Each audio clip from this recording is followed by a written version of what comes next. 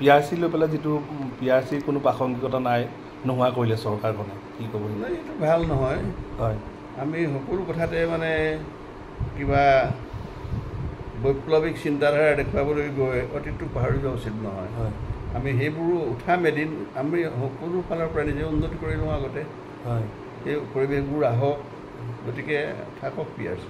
আৰু PRC নহ'লে মানে বাহিৰৰ মানুহবিলাকে বেছি সুবিধা পাব নেকি বা তেনেকুৱা এইটো স্বাভাৱিক কথা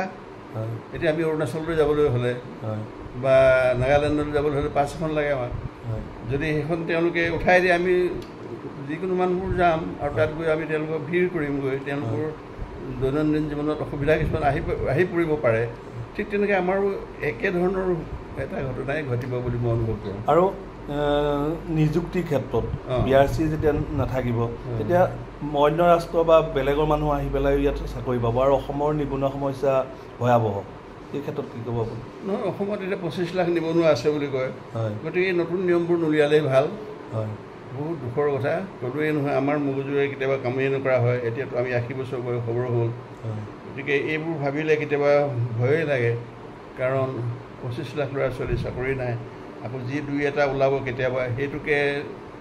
যদি বাহিৰৰ মানুহ আহি লয় এওঁলোকৰ ভৱিষ্যতটো বেয়া হ'ব বহুত বেয়া হ'ব